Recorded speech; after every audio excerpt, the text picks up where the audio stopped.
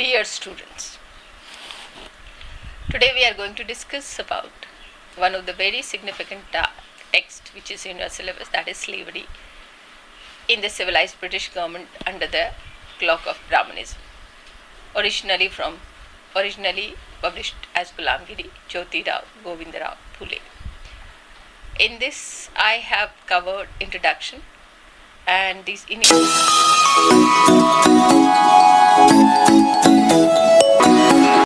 text and everything I have covered. Now we are coming to chapter 1, and if you remember I have given you these short points also. So the portion which you are able to see as a colored and in points, these are the short points, and the bullet points we have already done. But if you will like, later on I'll upload all those videos which will help you to go in detail. So there are two ways I am following. One is a shorter way to make you understand, a quick revision for the exam, and the longer way. Both the way you can do. I will upload all the videos. Earlier also, if you see, there are a number of videos related to this text. So now I am coming to part 1. It will be simple reading because the reading itself is explanatory, and you can actually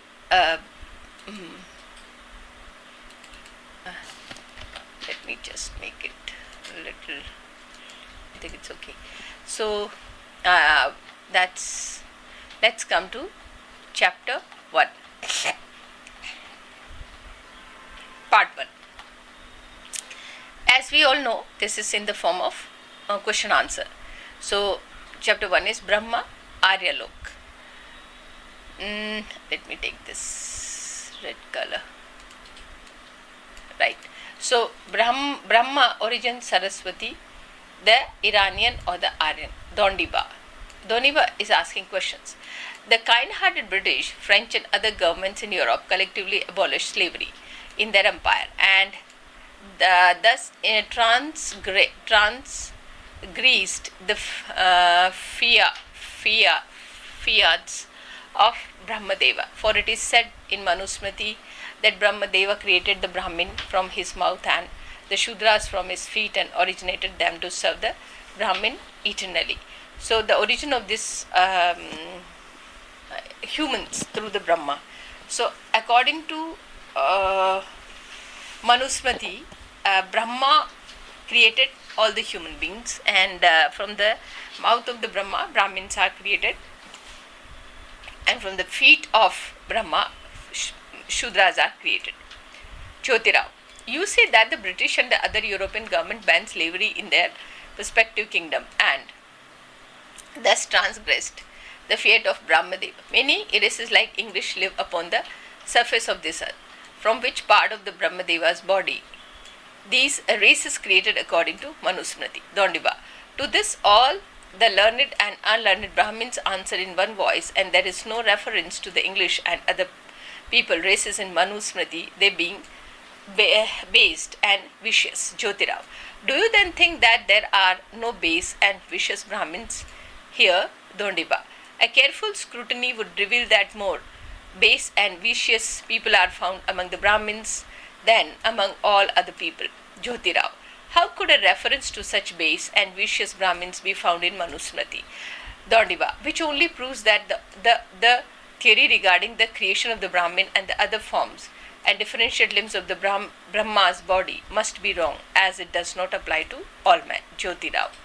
That is why the learned English authors came to realize the baseless nature of the theory propounded by Brahmin authors in their spurious religious tracts, and thus they banned slavery. If Brahma were the source of from all whom all human beings were created, then the English would not have banned the practice of slavery. The theory propounded by Manu regarding the origin and creation of the four varnas seems to totally wrong when judged by the laws of the natural operations law of nature. Dondiva. May I know how? Brahma Aryalok. Jyotirao. The Brahmins were created from the mouth of Brahma according to Manu. Then why is a Manu silent about the creation of the original mother of the Brahmins, from which the limb of the Brahmas Brahma were created. So now the question is that if Brahmins are being created by Brahma, then who is the original mother? Because every man, every person, human is being born out of mother's womb.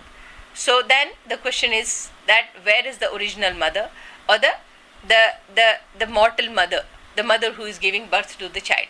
Dondiba. As per the theory of these learned Brahmins, she might have been based on vicious, so let us rank her along with Malecha, Muslims or foreigners for the time being. Jyotirao. The Brahmin declare proudly that they are the gods on this earth, and they are the preeminent Varna among all the four Varnas. Their original mother must have been a Brahmin lady. How dare you rank her with the Malicha?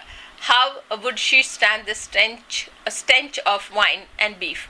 You utter a veritably hearsay, Dhondiba. So then Jyotirao says that if the Brahmins are being born out of Brahmas, the mouth of the Brahma, then the original mother, the mortal mother who is giving birth from the womb, so then where would we place her?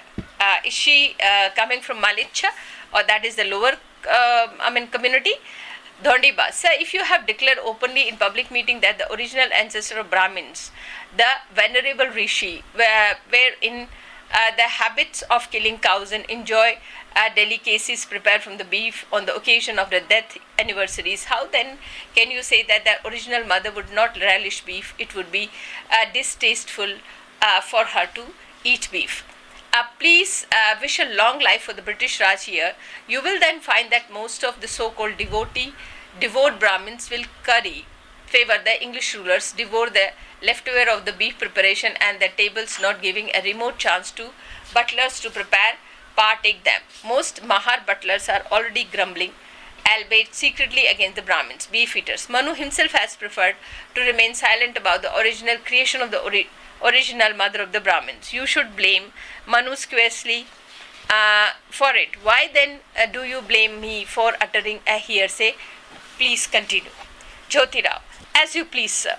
Now, let me, Dondiba, if the Brahmins were created from the mouth of the Brahma, it becomes the womb of Brahmins. It must be subject to the physical law of menstruation. So did Brahma segregated himself from the days every month. Did he, like Lingayat women, apply ashes and being thus absolved from the pollution carry on the daily routine? What Manu say on this? So, for the birth, if any birth is being given, then it is given through the woman. And there are two things which are required. One is womb and menstruation.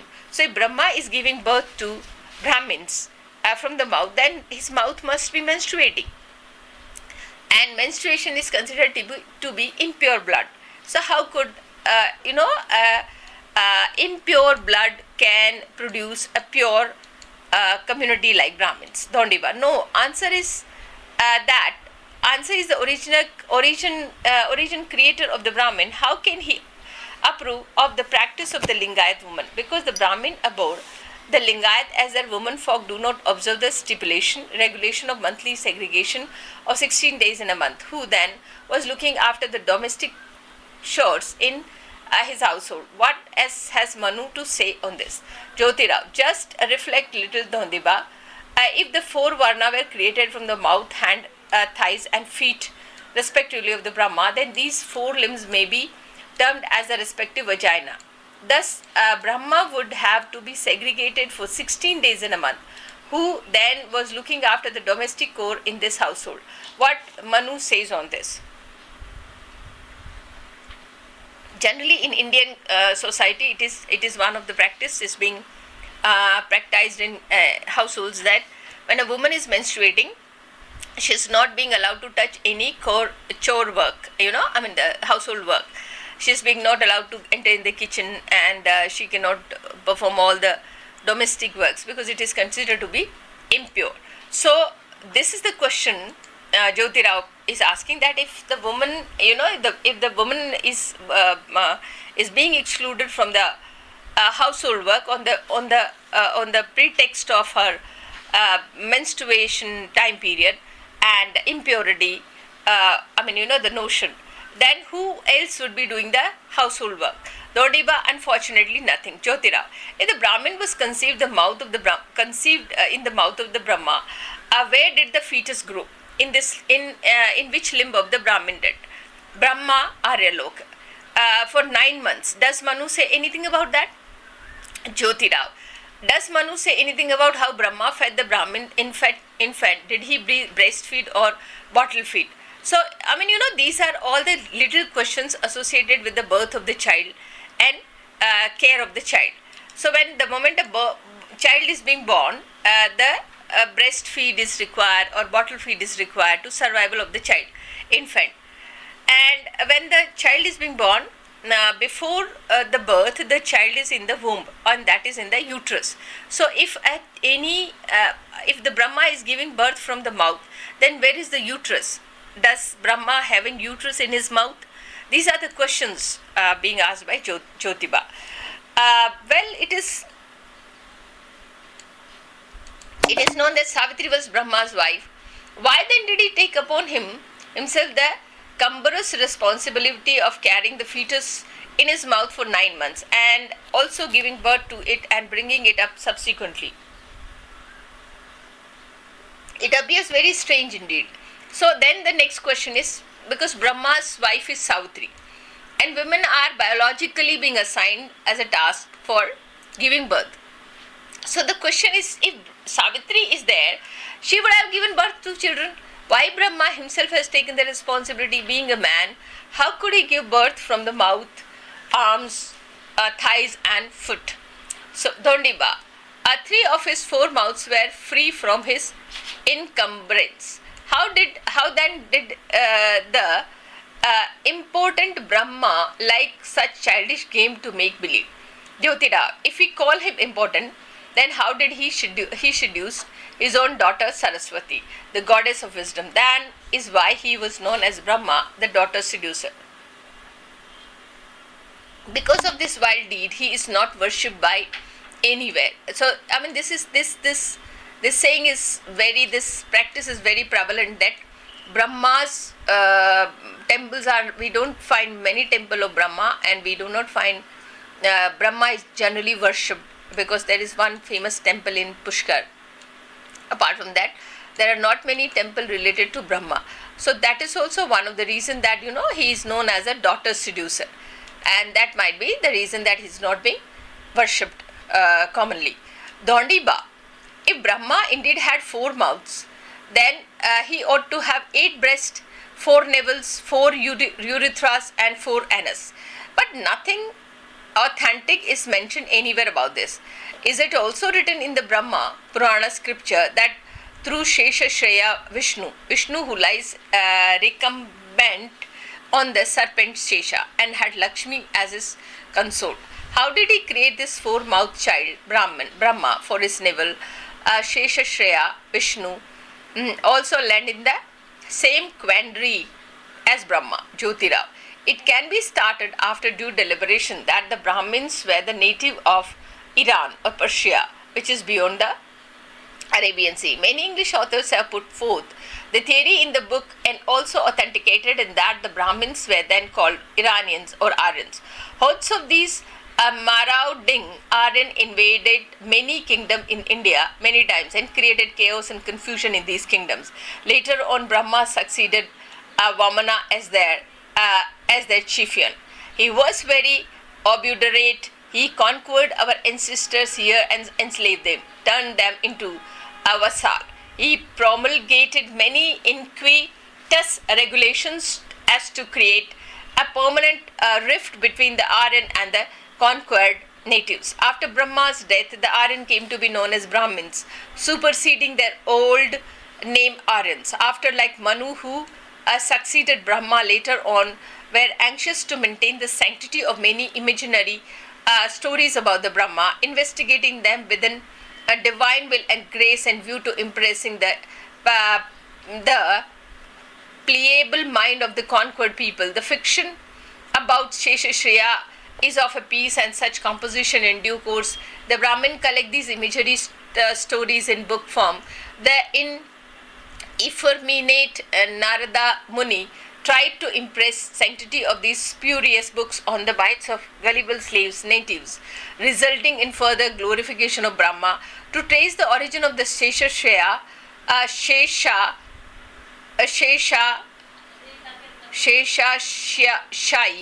as in the case of Brahma, would be more waste of time. The Brahmin authors have made him spine and have created him with having created his child with 4 mouths, Brahma for his navel. To kick a person when he is down to prove one's mastery is cruel, not a worthy act. The second chapter is Matsya and Shankasur. Doniba. How many hordes of the Aryans may have come to India before the time of Vaman? Jyotirao. Many hordes of the Aryans came to India in the ship by the sea. Dondiva. Did the first horde come in a worship? Jyotirao. There are no worship at the time, so came in a small boats. These canoes move swiftly over the sea like fish. That is why the captain of the whole crew may have come to call as Matsya. Dondiba. Then how have the Brahmin historians written in their spurious book like Bhagavad that the said captain was born of fish? A little reflection will convince you and how different man and fish are in their physical structure of food, sleep and sex habit and procreation, etc. Similarly, they are totally different from each other in respect of their brain, heart, lungs and intestine, wombs and genitals. Men live on a land. Here is easily drowned in water and dies subsequently. The fish is an aquatic species. It dies immediately if taken out of water. Woman gives birth to usually 1 child at a time, but the female fish lay eggs which are hatched in due course of time. It was not possible for female fish to take the fertile egg out of the sea and hatch it subsequently, for she could not subsist outside the water. Supposing she hatched the egg in water, how can the young fish resembling a human child survive in water?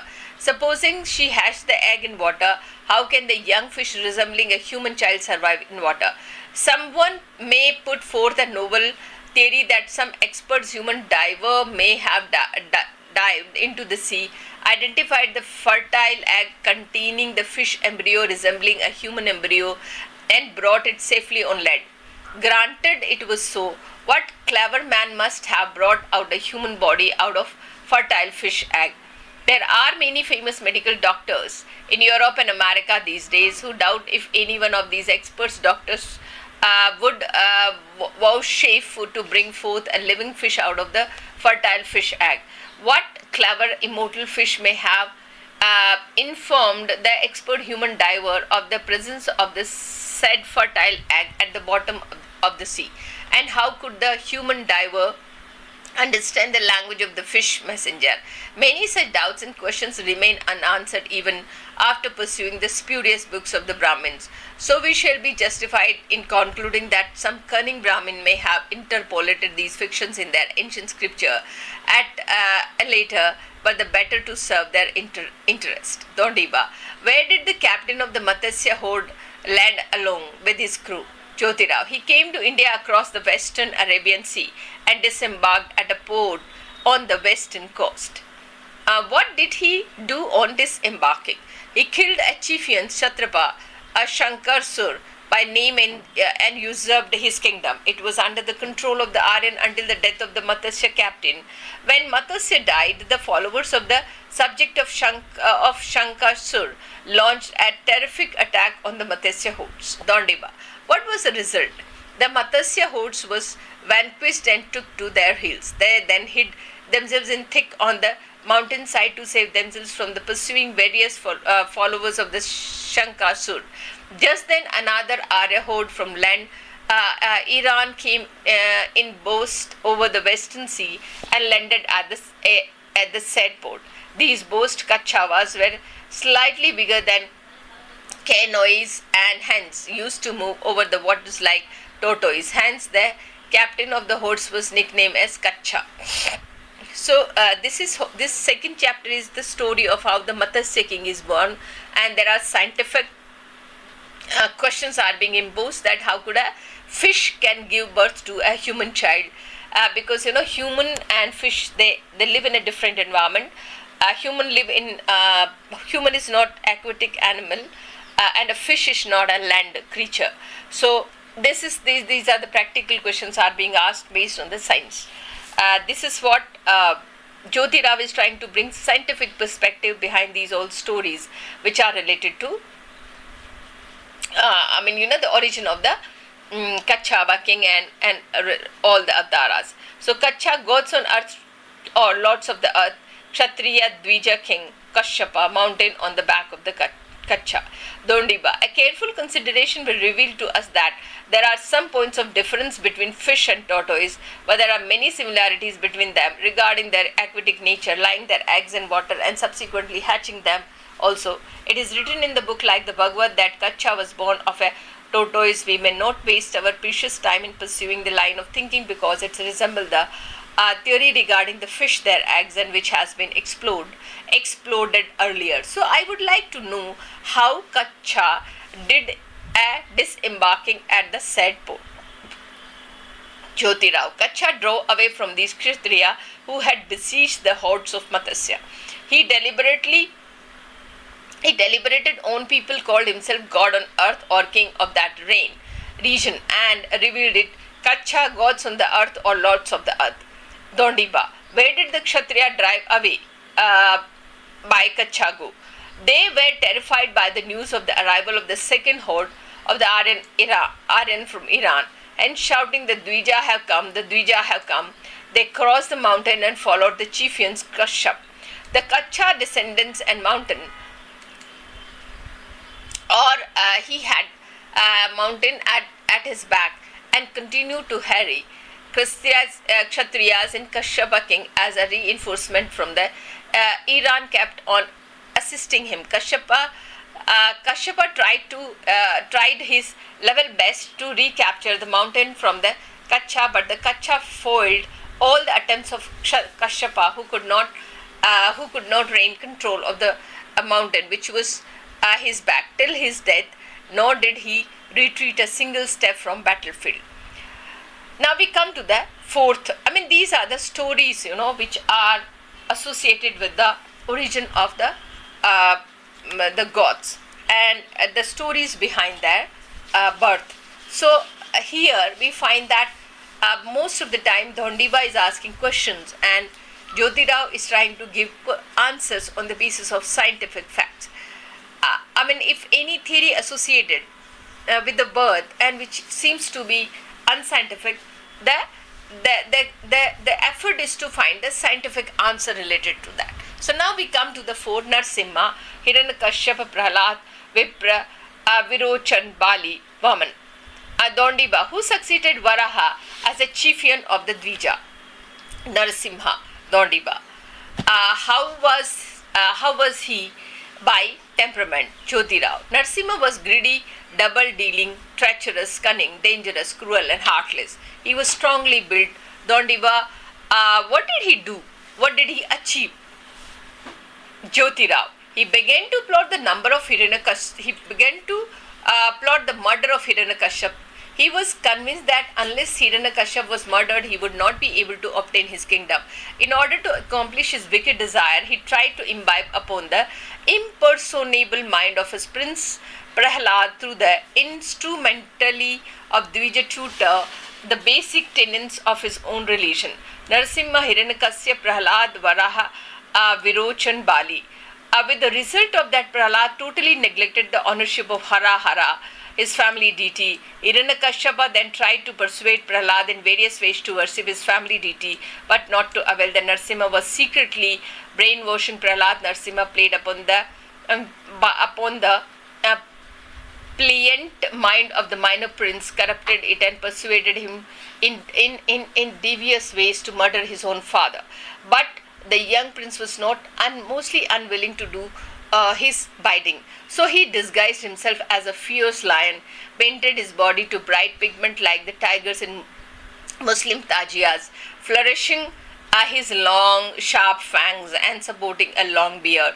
To hide his devilish intention, he wore a fine sari on the top of fleecy Finicking as a gorgeous, respectable lady, entered furtively an apartment of the Hiranyakashipu with Prahlad's help and hid himself behind one of the pillars of the colonnade there.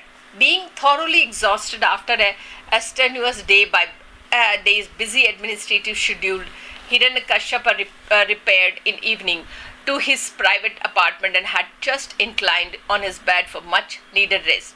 When the Vili Narsimha emerged from the shadow of the pillar, adjusted the sari suitable about his waist, attacked suddenly Hiranyakashipu and tore out of his entrail with his trigger claws. Having accomplished his devilish scheme of murdering Hiranyakashipu, Narsimha ran away swiftly to his own country, along with his Dvija followers. When Kshatriya came to know of the ghastly murder of Hiranyakashipu by Narsimha through deceit and treachery, they began to designate Dvija, not the Vipriyas. From that may have been called Vipras. The Kshatriya began to call Narsimha a Narya Simha, that is a lioness, a pejorative term. Later, some sons of Hiranyakashipu tried hard to avenge the murder of their father by Narsimha, but despairing to secure Hiranyakashipu's kingdom for himself, he, Narsimha, breathed his last, heartbroken. Dondiba. The Vipra Brahmin historians, many fictions such as revealed himself was born out of the pillar after the lapse of the decent interval in order to protect his reputation from the attack of his opponents and of the disorderly murder of Hiranyakashipu. Jyotirao. This indeed was so. If we accept the fiction of this birth and pillar, somebody must have cut his umbilical cord and nourished him with life-sustaining milk. He must have been brought up by a wet nurse. Whichever hypothesis we accept runs counter to the operations of the laws of nature. The gossip-mongering Vipra Brahmin authors he endowed Narsimha, who emerged fully formed out of the pillar with a luxuriant beard and moustache, and that was child play for him to murder Hiranyakashipu with his tiger claws. Alas, alas, how despicable it was for incarnation of the primordial Adi Narayan to murder King Hiranyakashipu, who was trying to imbibe the principles of true religion on impersonable mind of his son Prahlad. He was only doing his paternal duty to his son. Even an ignorant person will not stoop to commit such infamy. On revealing himself from the pillar as a divine incarnation to Hiranyakashipu, he would have convinced him of his divine origin, and being Adi Narayana should have tried to reconcile father and son unto each other. Instead of him, he murdered him in a cold blood. This is passing stranger if he could not persuade Hiranyakashipu in his way. How then can be credited with the ability to be bestowed of the human intelligence? This act alone in proof positive that Narsimha did not have intelligence of a mean third-rate concubine mistress in Pune, who had cast the spell of her fatal fascination on a certain scholar in Pune. Scholars who had temerity to call himself as an omniscient god had Brihaspati and had completely enslaved him. Currently, many American and European missionaries have proselytized, converted many young Indians to Christianity, but they have not demonized themselves by murdering the father of any one of these converts. Dondiba. Did the Vipra Brahmins not try to usurp the kingdom of Prahlad after his ignominious humiliation of Narsimha? Jyotirao. The Vipra made many futile attempts to usurp Prahlad's king, but not to avail. The Prahlad was wise, and their devilish mechanization, he did not trust them at all. He took all others into his confidence, administered his kingdom, and finally breathed his last. He was succeeded by his son Virochan, who has administered his kingdom equally justified and further fortified. He passed away soon. Virochana was succeeded by Bali, who was valiant warrior. He freed his many satrapa from desperation of the terrorist and lawless elements and organize his kingdom into a well-knit structure, then begin to extend 40s frontiers of his kingdom. Vamana, who then was leader of the Vipra, did not fancy himself here, organized a huge army secretly, approached to the border of the Bali kingdom with the intentions conquering for himself. Vama was a very greedy, enterprising and haughty of the temperature. So now till 4th chapter we have done, and the next is Baliraja. In this way we will be moving up to the 10th chapter. So 5 is Baliraja, Jyotiba, Maratha, Khandoba, Malhari, Martand, Mahashubnaye and Bhairoba, Baradi. Then we will come to chapter number 6. In this way we will be moving ahead. So we end this video up to here only, and the next video is from chapter the next video will be from chapter 5. So you just come visit again, because my concern is to, even if we are reading simply, it gives us a first hand understanding that what is being written. Interpretations are many, you could do it yourself, but that's what I could say. For every single fact, the scientific approach is being applied, whether this is scientifically proved or not. That's the basic exercise Jyotirao Phule is doing in this book, Gulamgiri. So I end up here. God bless you. Thank you so much. Thank you so much for giving your time.